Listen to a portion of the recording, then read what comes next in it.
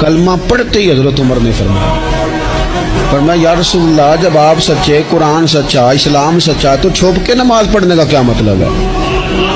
फरमाया अभी तादाद ही कोई नहीं, 40 तो मुसलमान है। अर्ज की हुजूर मेहरबानी करें ना, आप सिर्फ इजाजत दें। 20-20 लोगों की सफ़ें बना दी गई। एक सफ़ के आगे हजरत उमर है, एक सफ़ के आगे हजरत अमीर हमजा है। जनाब उमर कहने लगे क्योंकि आप अल्लाह के रसूल हैं तो लिहाजा नमाज भी आज अल्लाह के घर में पढ़ी जाएगी।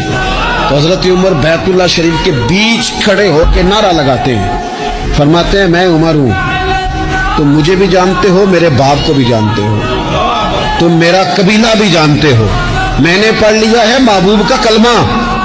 अब जिसने बच्चे यतीम कराने हो और अपनी बीवी बेवा करानी हो वो आए और मुझे रोके। ये महबूब अल्लाह के हैं और घर भी अल्लाह का है, तो नमाज भी आज अल्लाह के घर में पढ़ी जाएगी।